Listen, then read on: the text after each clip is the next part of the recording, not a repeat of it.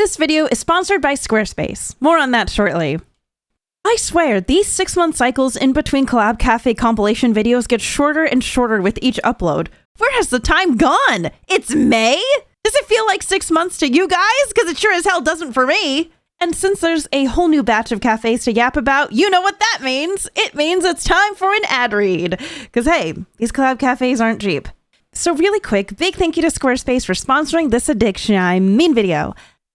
If the idea of designing a website and creating invoices sounds like a pain to you like it does to me, Squarespace is the all-in-one platform for anyone who wants to create a customizable website to grow their brand, sell products, and manage payments all in one easy place. With their library of professionally designed templates, styling options, and visual design effects, Squarespace makes the process beginner-friendly so you can focus on managing your brand. They also offer tools to help streamline your workflow with built-in appointment scheduling, email marketing tools, and professional-looking invoices. If this sounds like something you could use, head to squarespace.com for a free trial, and when you're ready to launch, go to squarespace.com/emirichu to save 10% off your first purchase of a website or domain. Thanks so much to Squarespace for sponsoring this video, and now let's head to our very first cafe. Number 1. One Piece at Shibuya Parko. Honestly, I'm kind of surprised that after all these cafes, I still hadn't seen a One Piece collab. Until now, of course. So for this cafe, I brought along One Piece enthusiast and frequent collab cafe victim, Manu. We ordered as much of the menu as we could, so there's quite a bit to get through. For our reservation freebies, we received a wristband with a random character charm attached to it, and also a coaster for every item we ordered. For our drinks, we ordered Brooks iced coffee, Luffy's pink grapefruit soda, and Robin's grape juice. All the drinks had little paper decorations that you could take home with you, and since it was Robin's birthday week, her drink came with an extra paper freebie. The first dish we tried was the straw salt ramen with mizu mizu meat. The way they recreated the iconic mizu mizu meat was by wrapping a chicken meatball in teriyaki sauce. Manu and I thought this was surprisingly pretty good. The broth was light and savory, and the meatball bag was soft and juicy. The next dish we tried was Sanji's Baratier staff meal set, which was a recreation of the fried rice that Sanji served to Gin at the Baratier restaurant. And on the side, they included the soup he made for the staff. We thought the fried rice was okay, but it was a little lacking flavor-wise. The soup, on the other hand, was delicious. Next, we tried God Enel's surprise sandwich, which was a spicy taco meat sandwich with french fries, ketchup, and stretchy mashed potatoes, meant to represent Luffy's gum powers. There were also mozzarella pearls for his eyeballs, which looked very unsettling when we took them off. This dish was okay. I think the sandwich could have used a bit more filling because it was like all bread. The first dessert we shared was the octopus parfait, which is Bon Clay's favorite treat. This had strawberry mousse, blue salt ice cream, sponge cake, and sweet and sour octopus tentacle jelly. I loved the little theatrical detail of it being served on a rotating stand to mimic his spinning, but flavor-wise, we were not fans of this one. Presentation was fantastic though. The best dessert in this lineup was Nami's Mikan Daifuku, which was inspired by Belamir's Mandarin Orange Grove in Kokoyashi Village, where Nami grew up. This was a sliced mandarin orange wrapped in a thin layer of mochi, and as simple as it was really refreshing and juicy, and not too sweet. The last dessert we tried was Perona's surprise cookie ice cream sandwich, which was caramel chocolate chip ice cream sandwiched between 2 thick sugar cookies. I don't know what to say about this one. It tasted exactly how you'd expect, and Manu really liked it. My personal favorite part about the dessert was the little side of tiny mochi balls and sweet and salty pop rocks. The merch corner had a pretty decent selection of merch, with some of the more interesting items being a cafe-exclusive ramen bowl and a bowl shaped like Brooke's head. Overall, Manu and I were really impressed with how this cafe visit turned out. Every dish was a reference to a specific scene or character from the anime, and the menu seemed like it must have been so much fun to come up with. There were some pretty tasty standouts. I give the One Piece Cafe a 4.8 out of 5. Number 2. The Jackson Hole Bar from Nana. Okay, so quick story time. Back when I was in middle school and getting super into shoujo manga, I picked up a little series called Nana, which follows the turbulent and dramatic lives of 2 unlikely friends and roommates, Nana and Nana, who live in room 707, Nana Hyaku Nana. You know, hence the series title. I actually ended up dropping the manga because some of the themes of sex, fame, and emotional turmoil were a little too intense for 11-year-old me to really understand and enjoy. At the time, I was reading stuff like Kitchen Princess and Skip Beat. Nana was on another level of messy that I was not used to. But a few years ago, now an adult woman with a fully developed prefrontal cortex, I reread the entire manga from start to finish because Didas had the whole set at his parents' house, and I really enjoyed it. I highly recommend it, so long as you're okay with the fact there's no official ending and hasn't been since 2009 and quite possibly may never be, but it is very good. So in Nana, there's a bar called Jackson Hole, which the characters frequently visit in the manga, either to gossip or to eat their famous Jackson burgers. And as it turns out, this happens to be a real place in Chofu that's still standing to this day. So it's technically not a collab and it's also not a cafe, but it's such an iconic spot in the Nana universe, I had to give this place a visit. All of the Jackson Hole scenes from the manga take place at the bar counter, but I didn't want to take a picture there while there were a ton of people, so here's how it looks without people. The interior of the bar is very much Western cowboy saloon style, with hints of Ayazawa's influence sprinkled in. Like this display on the floor with some signed manga volumes and a little display corner by the stairs dedicated to Nana, complete with figurines of the leading ladies. Occasionally, I would even see pairs of girls walk in dressed like Nana and Hachi, which was so cute. I, of course, had to order the bar's signature Jackson burger, which had a thick, meaty, sloppy Joe-esque sauce, and Didas ordered the premium Jackson burger, which came with bacon and a double patty. We also ordered a side of fries tossed in an aioli sauce, and also a side of cucumber sticks with meaty miso. The burgers looked really good, and they came in nicely toasted buns. But how did they taste? Okay, I really wanted to like this burger, and I did like the meat sauce. The flavor of the burger itself was decent, but for whatever reason, our burger patties were full of gristle that was impossible to chew down, and it felt like chewing on wet tissue paper. I don't even have texture or sensory issues, but the amount of unchewable gristle that was in my patty was enough to put me off from wanting to finish it. The aioli fries were pretty good, and the sauce they were tossed in made them taste like potato salad. And even though they were super wet from all the sauce, they were somehow still a little crunchy, which I really liked. Overall, I'd say this bar is probably really great for vibes and a casual nighttime outing. And if you're a Nana super fan, I think it's definitely worth the trip to experience manga history. But if you're mostly looking for a good quality burger, based on our first taste of it, this is probably not the place. Maybe we came in on a bad day, I don't know, but regrettably, for now, I'm gonna have to give Jackson Hole a 2.5 out of 5. I'm so sorry, Nana fans! Number 3, Yona of the Dawn at Kyaraum Cafe. Akatsuki no Yona, or Yona of the Dawn, is an incredible fantasy shoujo manga that just recently concluded its 16-year run, and also recently got announced for a season 2 of the anime, so I was super excited when this pop-up cafe was announced. So immediately, this cafe gets points for atmosphere, because when reserving, you could pick a character to sit in front of you, and they would be displayed on these monitors that were placed at each seat. So Sam and I picked our respective husbands to sit and dine with us. Hawk and Suwon, of course. This was the first time I'd seen a collab do something like this, and I loved the concept. I ended up ordering both the Hawk and Yona drinks since I couldn't decide between them.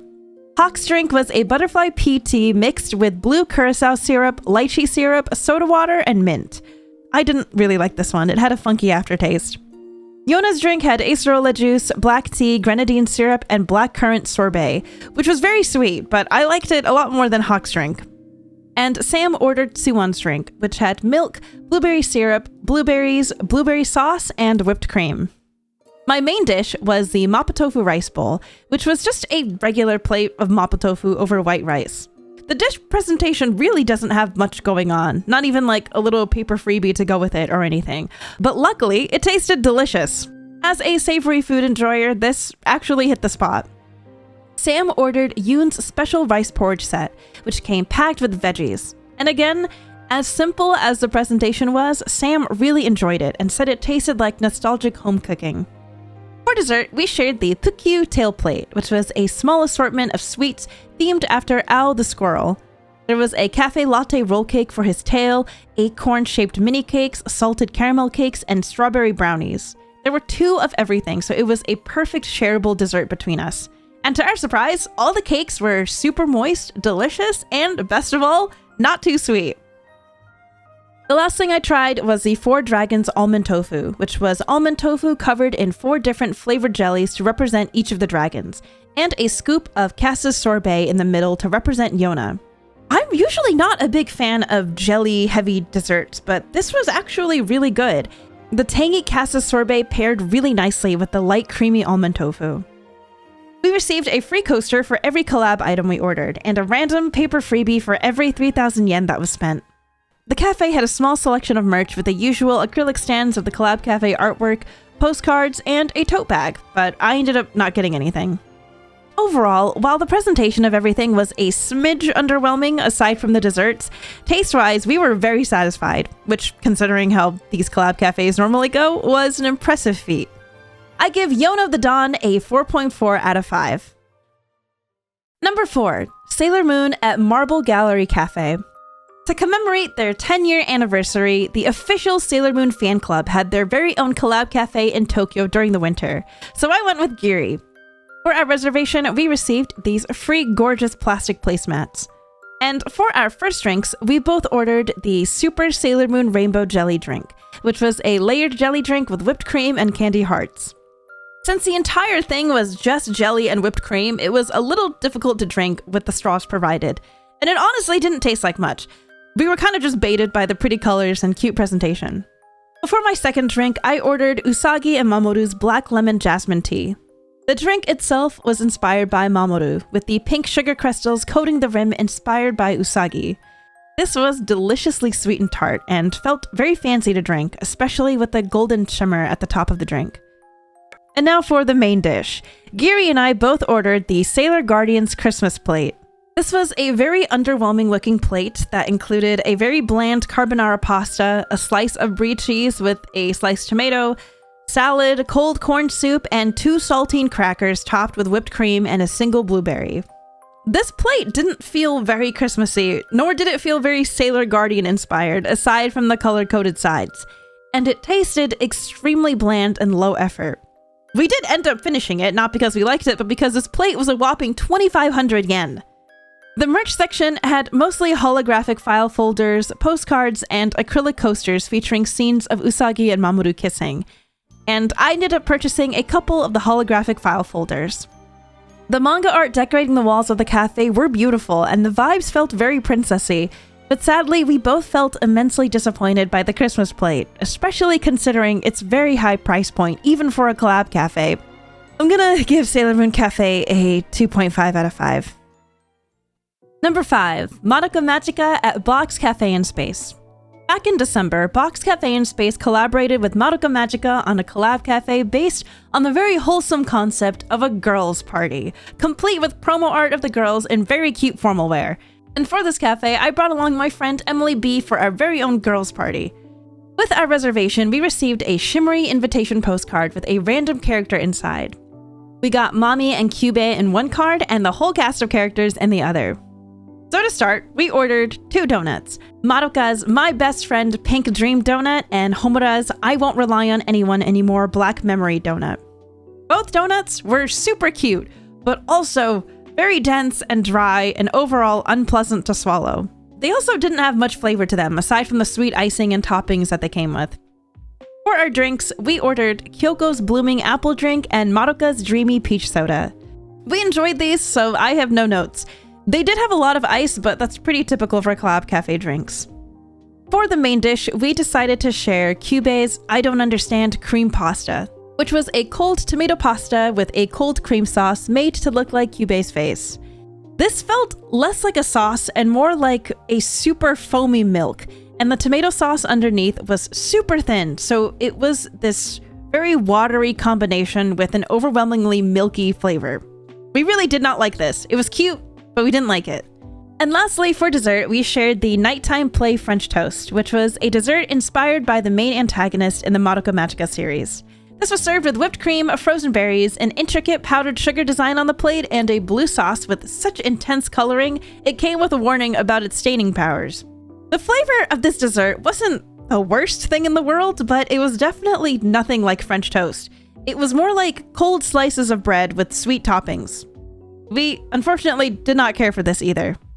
The merch section had a postcard set, can badges, acrylic keychains, and acrylic stands of each character. Just the usual merch you'd find at a typical collab cafe. The presentation of everything was super cute and on theme, but overall, I'd say the food was not worth it at all. As much as I'd like to say we might have just ordered the wrong thing, the Magical Girl sandwich that we passed on didn't really look any more promising. Madoka Magica Cafe gets a 2.5 out of 5. Number 6, Chopper's Cafe. One Piece? Again? Yeah, One Piece shows up twice this video, but the Tony Chopper Cafe was so damn cute I had to give it its own spot. And joining me once again is my friend Manu. The collab was at the Box Cafe in Space at Shibuya 109, and right away I was taken by how adorable the promo art was. His cute chibi-fied face was on the tables and on the walls in the form of posters, which were unfortunately not available for purchase at the merch shop, much to Manu's dismay. He's too small to activate the sensors. Oh, he can't come in. Look how sad he is. Like the lo-fi coffee chopper is like so wholesome for no reason. With our reservation, we each received a free sticker sheet. All of the drinks and desserts were based off of Chopper's favorite food, cotton candy, so lots of sugar incoming. Manu ordered Chopper's Climbing Lemonade, which was an iced lemonade with a cute little Chopper climbing a stick of cotton candy, and you had the option of eating the cotton candy on its own or mixing it into the lemonade, but the lemonade itself was already pretty sweet. I ordered the fluffy and chewy caramel milk, which was the same deal as the lemonade. There was a big mound of cotton candy at the top that Chopper was standing on, and you could eat it by itself or mix it in the drink. But again, the caramel milk was already super sweet on its own. I'm trying to think. I don't think I've eaten cotton candy in like 10 years. Look at this ball. This is so much sugar. Yay. Which coaster do you want? I'll take the other one. You don't have a favorite? I think the chubby one's pretty cute. That is pretty cute. Do you want the If chubby you know, one? if you want it, you can take it. I'll give it to you. It's, Wait, it's the really? cuter one. I'll take this one. Oh, yay, thank you. I'll take Dabbing Chopper. The first savory dish we ordered and shared was Chopper's white curry rice, which was a plate of rice shaped to look like Chopper's face, with sliced meat patty for his horns and a stencil dusting of cocoa powder for his name. This came with a side of white cream curry that you could pour over the rice, and we actually really liked this dish. It was super cute, flavorful, and we ended up killing off the entire plate. The second thing we shared was Chopper's hide-and-seek omelet rice. This was a classic cafe omurice with adorable little cocoa powder hoof prints leading to a little hiding Chopper. This was also pretty good. The egg was cooked really nicely, especially compared to other collab cafe omurice eggs that I've tried in the past, and there was some actual good ketchupy flavor to the rice. And we ended up completely cleaning this plate off too. And as if the drinks weren't sugary enough, we ended up ordering both desserts. The first one being Chopper's Treasure Hunt Parfait, which arrived under a giant pile of more cotton candy. Once we poured the provided sweet syrup over it, it revealed a treasure of cereal flakes, crumbled biscuits, diced fruit, diced jelly, almond tofu, and chocolate pearls. It had a lot going on, but this one was surprisingly not bad, actually. The jelly itself didn't really taste like anything, and even though it had a lot going on, the combination of everything didn't make it too sweet, and the cereal and chocolate pearls added a really nice crunchy texture. We ended up completely ignoring the cotton candy mound, but I'm pretty sure that was more for display purposes anyway. And the last dessert we tried was Chopper's Reward Pancakes, which was a sweet pancake covered in cream, diced fruit, chocolate pearls, caramel sauce, and of course, Chopper's favorite, a stick of cotton candy. Again, to our surprise, the pancake wasn't too sweet. It wasn't really a pancake, more like a fluffy cake made to look like a pancake, which I think is preferable. And the further we dug our forks inside, we discovered custard cream, bananas, Oreo cookies, and chocolate ice cream. This was pretty good, but again, we opted to not eat the extra cotton candy. There was a small selection of merch, like mini acrylic stands, keychains, badges, and the cutest piece of merch we saw was a mug with a sleeping Chopper on the front, which, unfortunately for Manu, was completely sold out. They also had on display some upcoming plushies using the adorable design from the Collab Cafe art. Despite the inevitable sugar crash this cafe was sending us on, we thought they did a fantastic job with the presentation and taste of the menu as a whole, plus extra points for the cute factor. Tony Chopper Cafe gets a 4.7 out of 5. Number 7, Ouran High School Host Club. One thing you need to know about Ouran High School Host Club fans is that they don't mess around when it comes to collab cafes. The very first Ouran collab I went to several years ago was an extremely intense first-come, first-served reservation experience, and this one was no different. And you know what? I totally understand why. The main cast all look incredible in the cafe promo art. Luckily for me, though, years of reservation sniping had prepared me for this, and I managed to go twice to try out their rotating menu. For the first visit, I brought my friend Emily B, and for the second, I brought Sam. And for both visits, I of course had to bring my little Kyoya Nui plush along for the ride. Unfortunately, video recording was not permitted in the store, so this is all gonna be pictures aside from like one clip. For each reservation, we received one paper freebie of a random character, and each dish came with a little extra paper freebie of the manga panel that inspired it. So the first thing Emily B ordered was Haruhi's special udon noodles, inspired by the hot pot that the host club members ate at Haruhi's house. This udon had a nice, simple miso flavor, and neither of us had any complaints about it. I ordered the Hitachin Brothers Cassata with maple syrup. So I'm not familiar with the Italian cake that inspired this dessert, so I asked Emily for her professional baking opinion on the taste, and she said it tasted a lot more like fake cream more than anything. Kind of similar to a block of Cool Whip. So this was definitely our least favorite item. I ordered Kyoya-senpai's spicy chicken, which was inspired by Kyoya, who loves spicy food. These wings were super tiny, but they were also really juicy and full of flavor. There was a pretty cool selection of merch you could order from the same tablet you ordered the food from, and I ended up getting an acrylic keychain with Kyoya and Tamaki, a postcard set, a blind bag acrylic coaster, a file folder set with both Kyoya and the main cafe promo art, and an acrylic photo case for displaying photo cards. And speaking of photo cards, there was a woman sitting next to us who saw me taking pictures of my Kyoya Nui, and she very kindly gave me the Kyoya clear card that she'd randomly pulled. This is the kind of stuff that keeps me going to these collab cafes. We received a coaster for each item we ordered, and for every 4,400 yen that was spent, we received a free paper bookmark of a random character. Okay, now for the second visit. This time, I went with Sam, who brought along her Mori plush to match with my Kyoya plush. This time, I ordered Tamaki-senpai's commoner pudding, which came with a side of brown sugar syrup. Given the name, I sort of figured it would taste like pudding from the convenience store, but Sam said even konbini pudding tasted better than this, so who knows if even Tamaki would enjoy it. It's also pretty expensive for the quality of pudding you get. Sam ordered Mori-senpai's secret Japanese matcha cake, which was a Japanese-style matcha cake with whipped cream and a ring of caramel sauce. I didn't try this, but Sam said that she really liked this dessert and the fact that she could actually taste the matcha. She also ordered the dim sum party assortment, which was inspired by the dim sum that Honey and Mori were served during their last business meeting before graduation. Sam said this was okay. Out of everything, she liked the shrimp dumplings the most.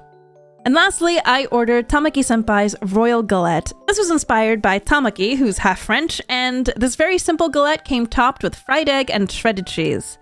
I would have liked the cheese to be a little more melted, like how it looked in the picture, but it was still a decent meal, and I liked that the fried egg was still ooey gooey in the middle. These are the coasters we received for everything that was ordered, and after we checked out, we got super lucky and ended up getting our favorite characters for the paper bookmark freebies. In all honesty, this cafe was probably the least offensive out of all the Hakusensha licensed cafes I've been to, which is saying something. Ouran Cafe gets a 3.5 out of 5. Number 8, Five Nights at Freddy's.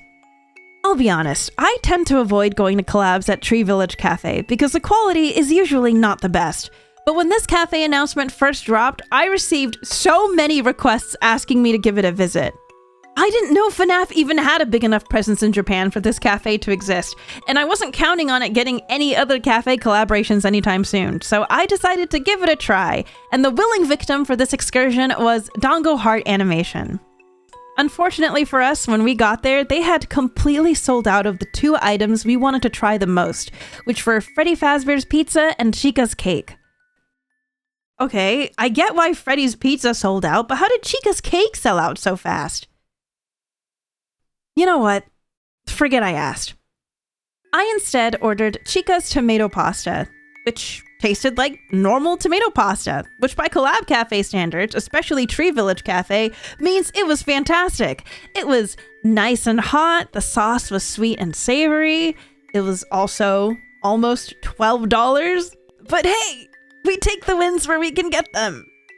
Dango ordered Balloon Boy's Strawberry Ole, which was just milk with strawberry sauce and diced strawberries, and I got a hot character latte. Since we couldn't get Chica's cake, we instead went for Foxy's pancakes, which came with whipped cream, strawberry sauce, and star-shaped jellies around the outside. And while I personally did not find this dessert to be enjoyable because it was cold and squishy, Dango seemed to really like it. This one is really nice. What? Sorry? What's the loud? No, it's really good. What? Maybe I haven't tried much pancakes, but this one's really good. I like the cream. Dango also ordered Freddy's Burger, which had what looked to be like a teriyaki burger patty inside. And the first thing we noticed about it was that it was weirdly difficult to cut into because the bottom bun was kind of hard and stale. So I was not impressed by this burger, especially given the price. But Dango seemed to really be into it, and at this point, I'm convinced this man will be happy to eat literally anything. So, out of 5, what would you rate your second ever Collab Cafe, Dan? Ho, ho. I mean, I love it. 10 out of 10? No, I love it. I really enjoy it so far. Most of the merch in the merch corner was completely sold out, but it looked like there was a pretty big selection. One of the more interesting items were these plushies of the animatronics that had removable magnetic limbs. And in the corner of the merch store, there were cardboard standees of the animatronics. I'm gonna be honest, I really don't know how to score this cafe, because it's very clear Dango and I had very different opinions on the experience as a whole, and we didn't even get to try the main highlight of the menu. So, I don't know, question mark out of 5? Whatever, these scores don't matter anyway. Number 9, Sonic and Friends at And Gallery Cafe. So apparently, Sega has an animated children's web series called Sonic and Friends, featuring an ultra-cute chibi-fied version of the main cast, and they recently got their very own pop-up collab cafe. I've never had a Sonic phase, but the promo art was so cute I had to go. And joining me is Mayu, who is a massive Sonic fan, more specifically, a huge Shadow fan, and we went with a group of 4. I'm pretty sure video recording was not allowed at the time that I went, so let's get through these pictures real quick. First, we had the Microscopic Adventure Hamburger. This was a hamburger patty with cheese, potato wedges, bell peppers, broccoli, and tomato sauce made to look like Dr. Eggman. I wasn't the one who ordered this, so I actually have no idea if it was good, but the person who did completely finished it, so I'm assuming probably. I ordered the Let's Go See the Shooting Stars omelet curry. This was a chicken omurice over masala black curry, star-shaped carrots, potato salad, and a little paper image of Sonic and his friends stargazing. This was pretty tasty. The curry sauce had a really intense flavor and also an excellent rice to curry sauce ratio. I also ordered the Amy character parfait, which came with a thin layer of sponge cake, fruits, blue jelly, whipped cream, a scoop of vanilla ice cream, and strawberry sauce. For my drink, I ordered the Amy Rose drink, which had soda water with strawberry syrup, rose syrup, whipped cream, and rose petals.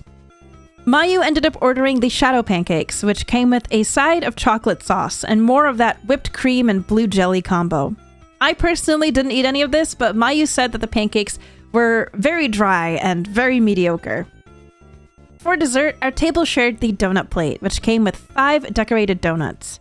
I'm not sure if this was supposed to represent the Sonic rings or the colors of the Sonic and Friends cast, but what I do know is that these donuts were nasty. It was sort of giving me flashbacks to the terrible free-run donuts from the last Collab Cafe video I made. These donuts were dry and tasteless. These donuts tasted like the bread that you get served in an airplane. So, word of advice, if you ever see donuts on a Collab Cafe menu, do yourself a favor and get donuts literally anywhere else. We each received a random postcard with our reservation and a free coaster for every item that was ordered. on the plus side, the merch section had a really cool lineup of goods with stuff I wasn't used to seeing, like character slippers, mini pouches, and hand towels. And they also had the usual acrylic stands, clear trading cards, and badges, which were all completely gotcha. This cafe, while extremely cute, felt very hit or miss, and that donut plate was so offensive, it is unfortunately the one thing really sticking out to me from this experience. I asked Mayu what her thoughts were since she went a few more times after this, and she agreed that as a whole, the food was not great. But during one of her visits, they actually brought out the Sonic mascots to interact with the customers, which is super cool. So she would give the cafe either a 3 or 3.5 out of 5. So I'm gonna go with 3 out of 5. Number 10, Pom Pom Puddin' at Box Cafe in Space. When I first heard the news that Pom Pom Puddin's cafe in Harajuku was going to permanently close, I was aghast. During his victory year, the interior was so cute. The menu was so cute. The uniforms were so cute. How could they do this to him? And so, I accepted the fact that I wouldn't get to eat Pom Pom Puddin-shaped food ever again. Until Box Cafe in Space came out with their collab to celebrate his 30th anniversary. For this super cute collab, I was once again joined by Giri at the Box Cafe in Space at Shibuya 109. For our reservation freebie, we received a super cute Pom Pom Puddin file folder. For her drink, Giri ordered the Pom Pom Puddin fruit milk, which was an iced mango fruit milk with a little chocolate beret at the top. I got the Happy Peaceful Lemonade, which was a grapefruit flavored iced lemonade with a little sleepy Pom Pom Puddin. These were pretty good, but it was all downhill from here. The Munching Cheeseburger was available in a single, double, or triple, so Giri opted for a double cheeseburger. This burger looked so cute, and the little mushroom cap beret was so cute. But sadly, the taste of the burger was not good. The patties had this sort of super soft and squishy texture, and I think it might have been made entirely out of pork because it also didn't taste anything like a burger. And the pickles she received on the side were 4 itty-bitty pieces of bell pepper. And worst of all, the fries were bland and unseasoned. Moving on, we shared the butthole keema curry, made to look like Pom Pom Puddin hiding in the grass, booty out. And they filled his butt with keema curry. I know it makes it look a little like poop, which I don't think was the intended imagery, but the idea definitely crossed our minds. Honestly, the flavor of this wasn't too bad. Our only issue with it was that it felt like there wasn't nearly enough curry or curry flavor for how much rice there was. And for my dish, I ordered the heartwarming stew, which was a brown stew with veggies, chunks of bread, and cheese. Similarly to the burger, this was a really adorable dish that unfortunately lacked any semblance of flavor and had barely any stew for how much rice there was. We totally forgot to order dessert, and Box Cafe in Space unfortunately has a policy where once you submit your QR code to order once, you can't order anything else afterwards. Considering how our burger and stew tasted, maybe this was a blessing in disguise. Most of the merch was completely sold out, but I managed to check out with this very adorable Pom Pom Puddin plate. I think it goes without saying, but the presentation did a lot of heavy lifting for this cafe, and Giri and I were sadly very disappointed by the taste of our main dishes. I think it was still worth it since we're both big Pom Pom Puddin fans, but after asking Giri her thoughts, we both agreed we'd probably rate it 3 out of 5. Number 11, Arena Tanamura at Animate Cafe. This one in particular is kind of a full circle moment for me. Arena Tanamura is one of the earliest mangaka to influence my art journey when I was just a child. Those big, sparkly, teary 2000s shoujo eyes were everything to me. And if you're a longtime viewer of this channel, you might remember that the very first collab cafe I ever went to was an Arena Tanamura pop-up cafe, back when I first moved to Japan 4 years ago and didn't know how to film anything properly. Jesus Christ, slow down! I can't see anything, Emily! It's officially been 30 years since she made her professional debut, and to commemorate the milestone, there was an Arena Tanamura exhibit and a pop-up cafe at Animate. I went with my friend Ocean in Space, who is also a fellow Arena Tanamura fan and shoujo manga enthusiast, and she basically traveled overseas for this one event, so I was crossing my fingers and hoping it was a good experience. Just like with the Oran Cafe and Sonic Cafe, video recording wasn't permitted in this store, so we're gonna have to deal with pictures for now.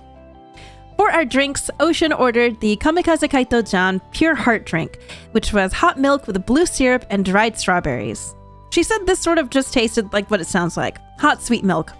I I ordered the Gentleman's Alliance Happy End drink, which was a butterfly peat tea with blue syrup and mochi balls at the bottom. For my main dish, I ordered Heine's Classic Saturday Curry, which tasted very good. This was a perfect ratio of rice to curry, and it tasted very cozy and satisfyingly savory.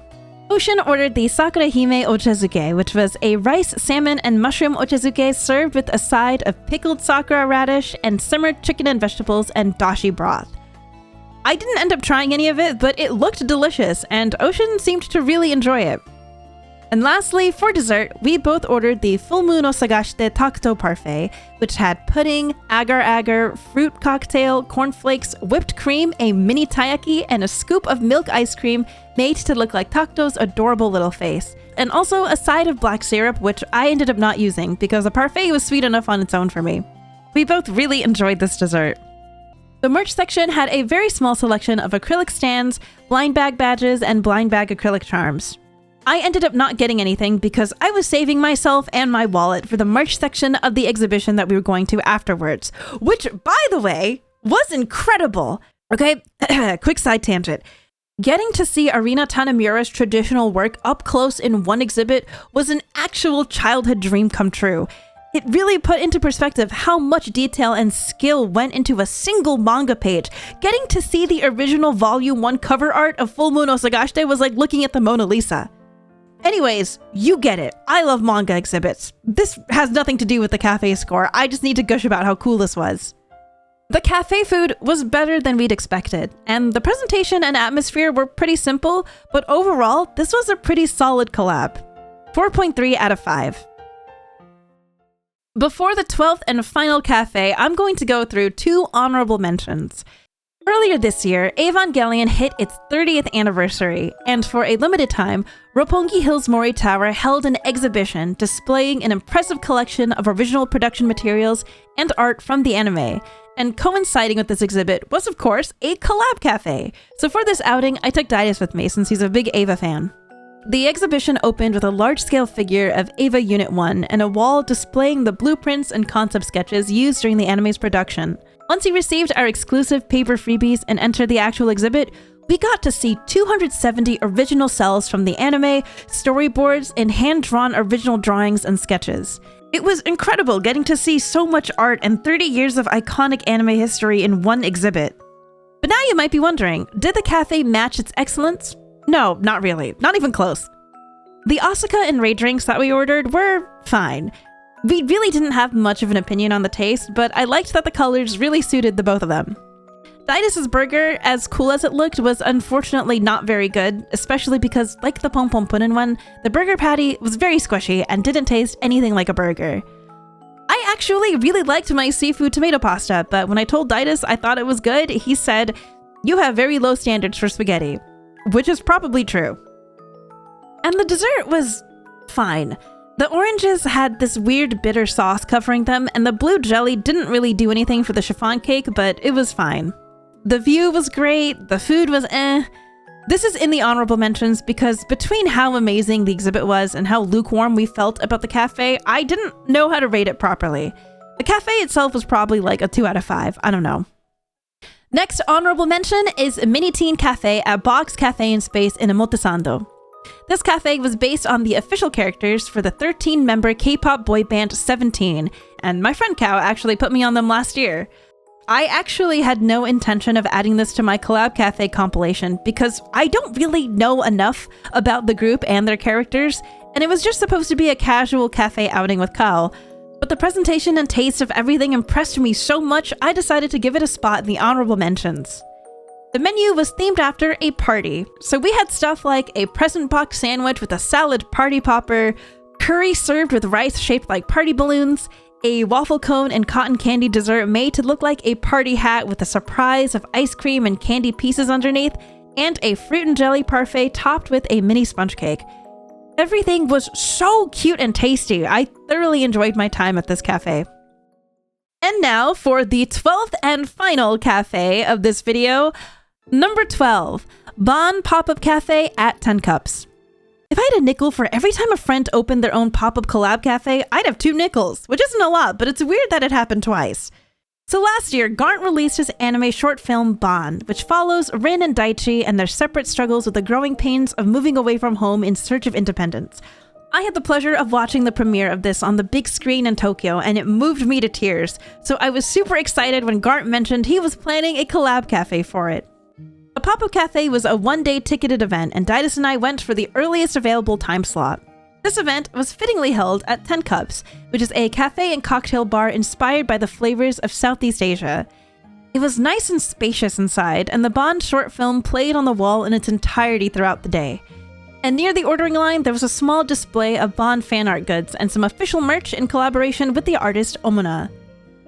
So the collab menu had 3 items. The first was a drink called Portal to Another World, inspired by the portal that serves as a bridge between Rin's fantasy home of Euthania and current Japan.